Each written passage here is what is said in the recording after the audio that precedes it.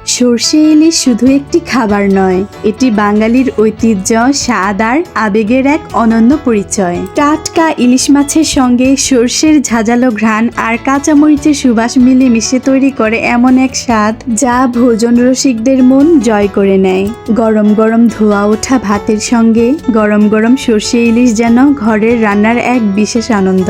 প্রতিটি লোকমায় থাকে নদীর স্নিগ্ধতা, বাংলার সংস্কৃতি আর পরিবারের সঙ্গে একসঙ্গে বসে খাওয়ার উষ্ণ অনুভূতি। তাই সরষে ইলিশ শুধু একটি পদ নয়, এটি বাঙালির রুচি, ঐতিহ্য ও ভালোবাসার এক চিরন্তন প্রতীক। আর এই সমস্ত কিছুর জন্যই আজকে আমি রান্না করে নিয়েছি মাছের রাজা ইলিশ মাছ।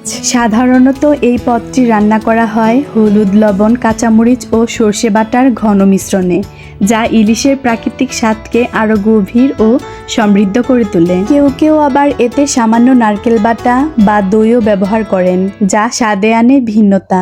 বর্ষাকালে ইলিশের মৌসুমে এই পদটি আরো বেশি জনপ্রিয় হয়ে ওঠে। তো যাই হোক বন্ধুরা, তোমরা কে কে সরষে ইলিশ খেতে পছন্দ করো কমেন্টে জানিও।